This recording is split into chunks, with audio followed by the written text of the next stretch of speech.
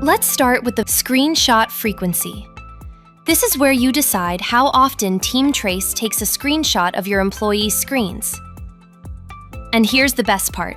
You're not locked into one setting for everyone.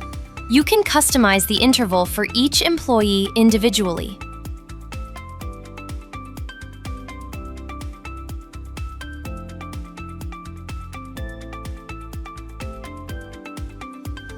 Now, right at the top, you'll see the All row.